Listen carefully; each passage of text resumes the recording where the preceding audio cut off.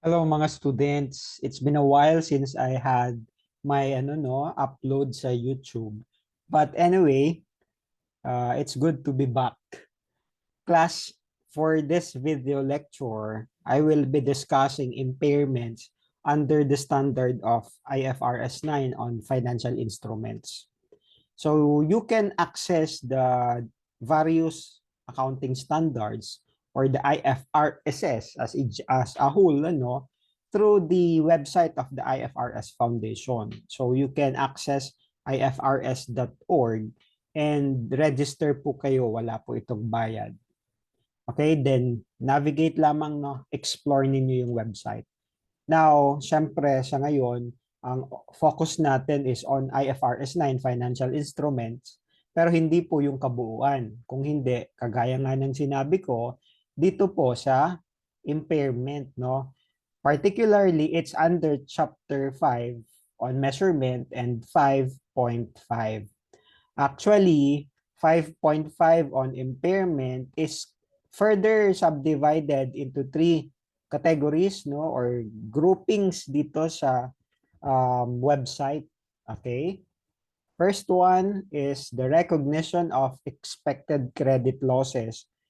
Ito po yung uupuan natin sa ngayon, ano. And then the simplified approach for trade receivables, contract assets, and lease receivables. And last, how do we measure expected credit losses? With the introduction class, no, of IFRS 9, na-introduce din sa atin yung expected credit losses. Before, hindi naman, hindi ko ma-recall, no, pero during our time, nung wala pa yung IFRS 9, no, so hindi ko masyadong naririnig or wala pa, yung expected credit losses. So, correction na lamang po sa ating mga experts talaga sa standards, no? Baka mali lamang po or hindi lamang ako aware sa pinaka-history. Okay. So, before, we understand this topic on expected credit losses, it would be best for us to understand what is an expected credit losses. Kasi ano nga ba naman yan? Okay? You may be aware of the term impairment, na impair, no? Impairment of assets. But what is an expected credit loss? So class, when we are talking of expected credit losses, okay, we are considering a loss allowance. But punta tayo sa sa definition of terms, sa ano nga itong glossary ba? So pag sinabi natin na expected credit losses, this is the weighted average of credit losses, okay, with the respective risks of a default occurring as the weights. So eto po, we are weighting the average of credit losses depending on the likelihood of it occurring. Okay? Weighted average. O, alam naman po natin kung paano kino-compute, no? Paano natin ginagawa yung computation ng weighted average. Okay? So dito, yung credit losses, yung ating wini-weigh. Sa papaanong paraan yung respective risks of a default occurring as the weights. Okay? So pag pinag-uusapan kasi natin mga financial instruments, no? Halimbawa, receivables. So, there is a likelihood na hindi natin yan makolekta. Siyempre, pag hindi natin yan makolekta, ito yung possibility, So, meron tayong risk doon. We are exposing ourselves to that threat, no? To that possibility. Okay? So, therefore, that is an expected credit loss. Okay, sige, tanggalin natin yung expected. What is credit loss? Okay, ito kasi yung pinaka-definition ng credit loss. Kung saan, syempre, dinagdagan natin, expected. So we are expecting, we are providing an assumption. So credit loss is the difference between all contractual cash flows that are due to an entity in accordance with the contract, okay, and all cash flows that the entity expects, to receive. Okay? Discounted at the original effective interest rate or credit adjusted effective interest rate for purchased or originated credit impaired financial assets. Sige. So, ano pang sinasabi dito? An entity shall estimate cash flows by considering all contractual terms of the financial instruments. No? For example, prepayment, extension, so on and so forth. Okay, now, baka mas lalong sumakit yung ulo natin. Ano? Simplihan lang natin. So, credit loss is, doon nga, gamitin natin yung receivable. No? Yung ating ano, no? allowance, okay, or the loss allowance because of expected na uncollectibility. Kaya nga class, in receivables, no, okay, sa accounts receivable, for example, diba, nagkakaroon tayo sa basic accounting, inaaral natin yung mga allowance for uncollectible accounts, no? Provision for uncollectible accounts, because we have to consider that there is a possibility, there is a likelihood that some of the accounts may not be collected after all. So we are exposing ourselves to that credit risk. Okay?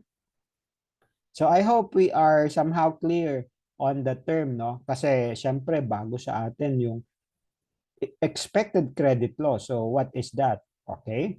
So somehow we are given with a definition. So if you want to proceed on your own, you can do so, no? So the entity daw shall recognize a loss allowance for expected credit losses on a financial asset. Please take note, no, because IFRS 9 talks about financial assets and financial liabilities, no? So dito, or financial instruments. Okay, so syempre, we are referring to, in my example, no, receivable. So receivable is a financial asset, no? That is measured in accordance with itong paragraph 4.1.2 or 4.1.2a. Pindutin ko lang ha. Class, pag inaral na po ninyo kasi yung IFRS 9 sa kabuuan nito, especially pagdating sa investment in debt securities, no? Investment in debt securities, mga investment in bonds, no? Sa IFRS 9 kasi, meron tayong tatlong classification ng mga financial assets according to the business model. Meron tayo ditong tinatawag na financial asset measured at amortized cost, na ang tawag namin dati ay held to maturity or mga HTM. We have the financial asset measured, no, at fair value through profit or loss. Ito yung FVPL. Okay? Ang tawag naman natin dito noon ay available for sale. And then, financial asset measured through other comprehensive income, which is a combination of those 1 and 2. Okay? Pag sinabi kasi natin tawag nito, financial asset measured at amortized cost, no, we are sa yung lumang term nga, held to maturity, no, we are holding the financial asset with the objective of, no, syempre holding this to maturity, but eto kasi yun yung pinaka condition natin yung business model is to hold the financial asset para makakolekta ng contractual cash flows, and the contractual terms of the financial asset gives rise on specified dates to cash flows that are, ang SPPI na tinatawag, no, solely for payment of principal and interest. Okay? Principal and interest. So, ito yung 4.1.2. So, financial asset measured at amortized cost, kung saan si receivables ay nakapaloob, no, kasama siya doon. 4.1.2a din, nabanggit din ito kanina, kasama din siya. if you are a if your financial asset is measured at FV through OCI. Ito naman, no, yung business model nito is etong A and B, no, SPPI, to hold the asset, no, to collect contractual cash flows for payment of principal and interest, and kung magkaroon ng opportunity na tumaas yung market value, ibenta ito. Okay?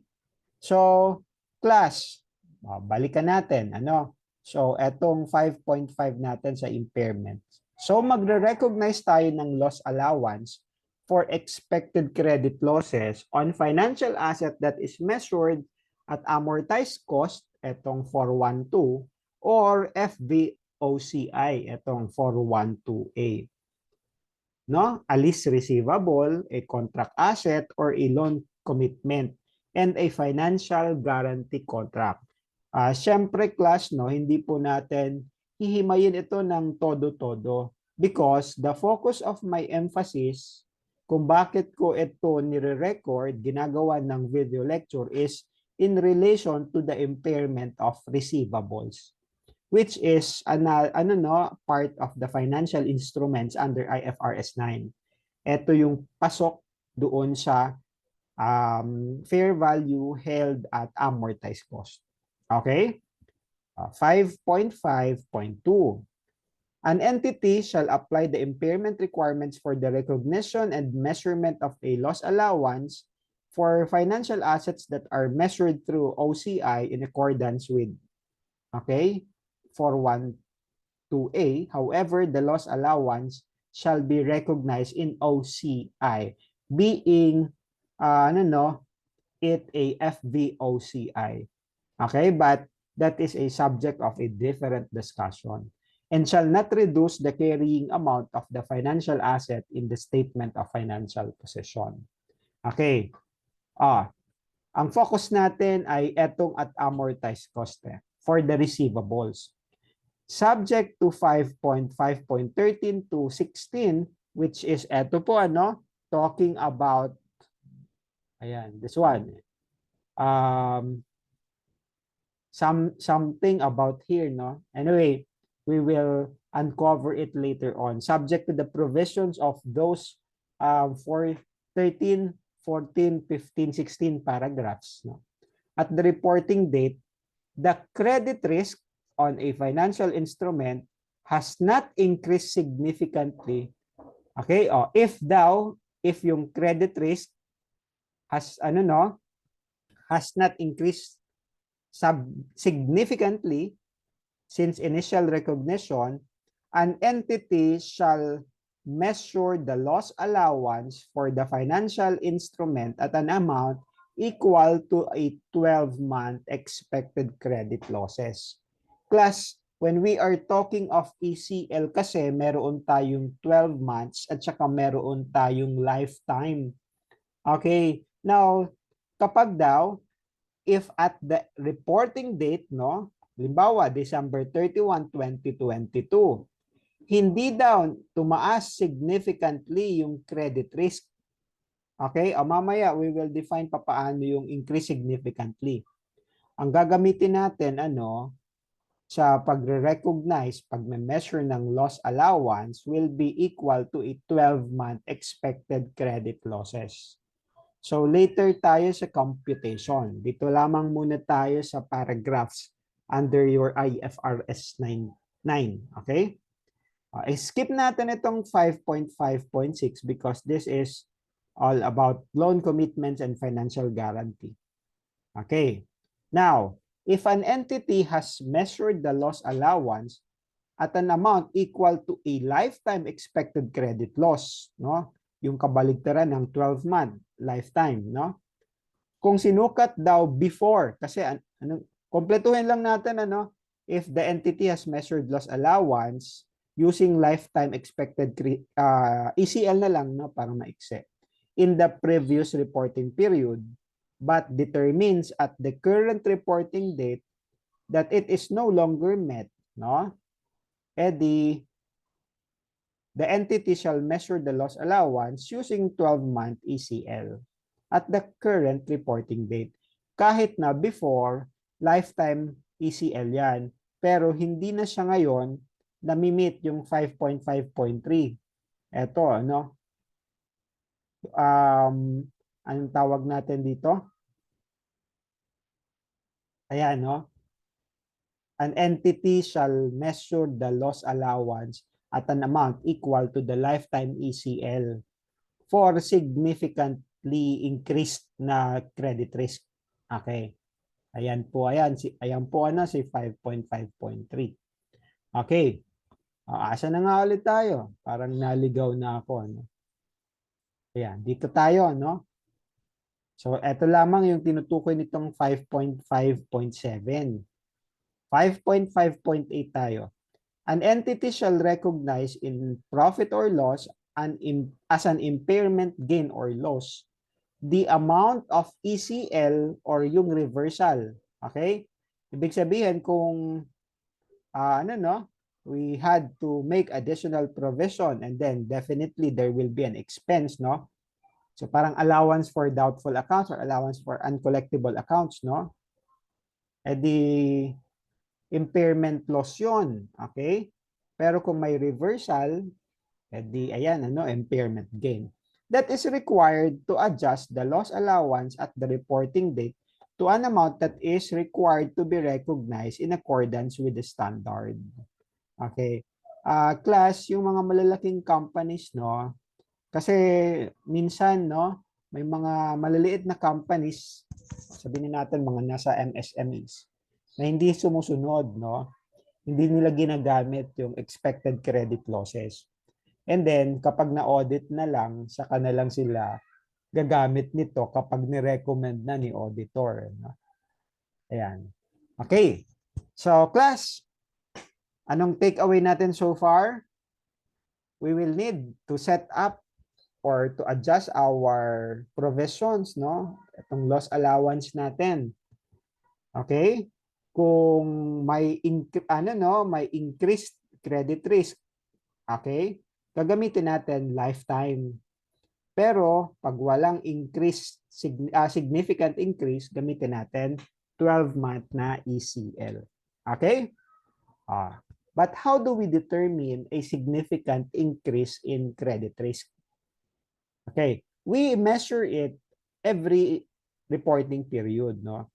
So at each reporting date, no, the entity will need to assess whether the credit risk on a financial instrument has increased significantly since initial recognition. Now, when we are making that assessment, that entity should use the change in the risk of a default occurring over the expected life of the financial instrument. Okay.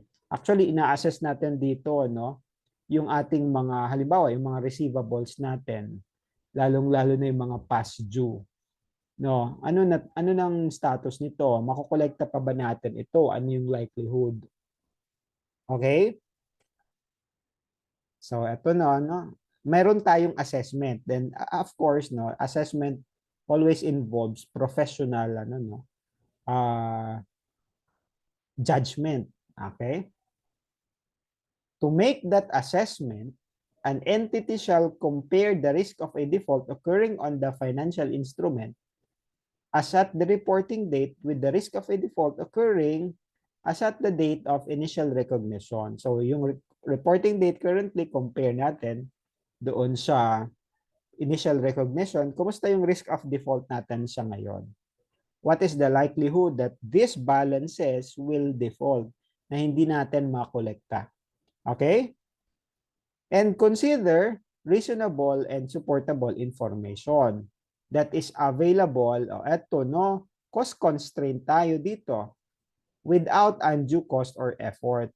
Kasi the benefit should outweigh the cost. No, nag-apply nga tayo ng ECL assessment. Yun nga lang, sobrang magastos naman sa company.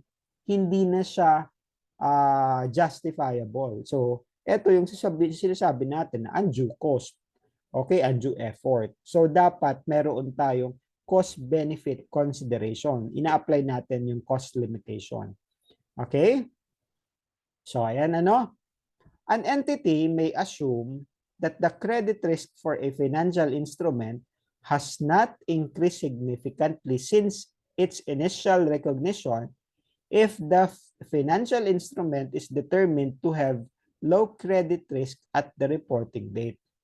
Pero sir, may value po ba yan? Okay, how do we assess? Kasi parang may mga ballpoint ba tayo dito? Ballpark. Ano nga yan? Ballpoint, ballpark figures. Sorry. Or ano, or ratios or whatsoever. Tignan natin dito no, sa 5.5.11.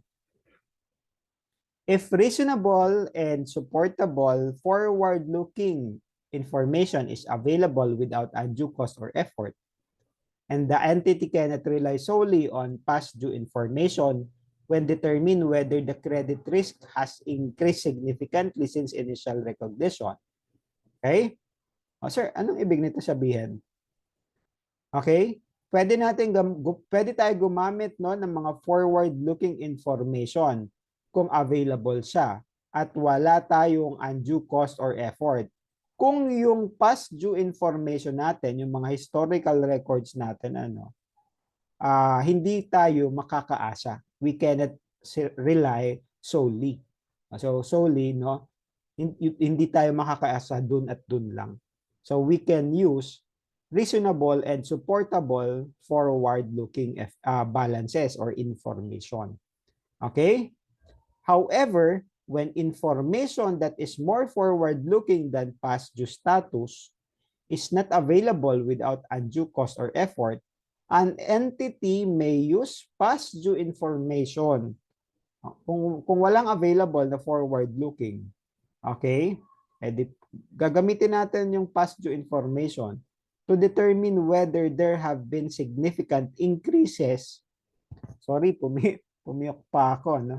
In credit risk since initial recognition. Okay? So wala tayong choice kung hindi, gamitin natin yung past due. Pero syempre, proceed with caution. Regardless of the way in which an entity assesses increases in credit risk, ito yung ating rebuttable presumption. May encounter ninyo ito usually pag nasa audit kayo. Laging meron tayong rebuttable presumption. Ito po yung aming ina-assume. Ito yung presumption namin. Pero can be rebutted. Pwedeng, pwedeng kontrahen, pwedeng debatihin. There is a rebuttable presumption daw that the credit risk has increased significantly when daw yung contractual payments mo are more than 30 days past due. Okay. Ayan. So, ito yung ating masasabi natin na yung credit risk has increased significantly kapag yung contractual payments are more than 30 days past due. Kasi when we are having, if you are the accounts receivable in charge, person in charge sa AR, gumagawa yan ng AR aging. Ina-analyze natin yung age of AR, no? Okay, past due ba ito or not yet due or due and demandable? Pag hindi pa rin binayaran, di past due ka na, overdue na yan. Ilang araw? So dito ina-assess natin, pag more than 30 days ka. So there is a higher or significant credit risk kasi lumagpas ka na sa 30 days period. An entity can rebut this presumption if the entity has reasonable and supportable information that is available without undue cost or effort. So pwede nating i-rebut. Kaya po normal po talaga kasi yan We cannot say that there is an increased or significant increase in credit risk kahit na marami akong mga 30 days na account, past due. Bakit? Kasi po, yung credit terms namin, 60 days. Okay? Or for some other reasons that, information is available that can support. Bakit ang dami nating more than 30 days? Okay? So that demonstrates that the credit risk has not increased significantly. Kaya nga ang pinaka-ideal na credit term natin ay 30 days lamang. Okay? So 30 days, no? Pero usually gumagamit halimbawa sa previously, no, kung saan ako connected when I was still working in the commerce, no? Taga-review ako ng mga kontrata, no? Marami sa aming mga kliyente ay 30 days yung credit terms. Pero may mga iba na maabot ng 45, umaabot ng 60, pero yun ay madugong discussion and approval na ang kailangan mong kunin from the boss, from the president and CEO. Kasi ang standard ng company is 30 days dapat. You do not agree to settle with clients or prospective clients whose credit terms are more than 30 days. No? Lalong-lalo na pag pinag-uusapan natin dito ay mga milyong-milyong halaga ng pera. Okay? Tapos umiikot yung pera, no? Kasi working capital mo din yun.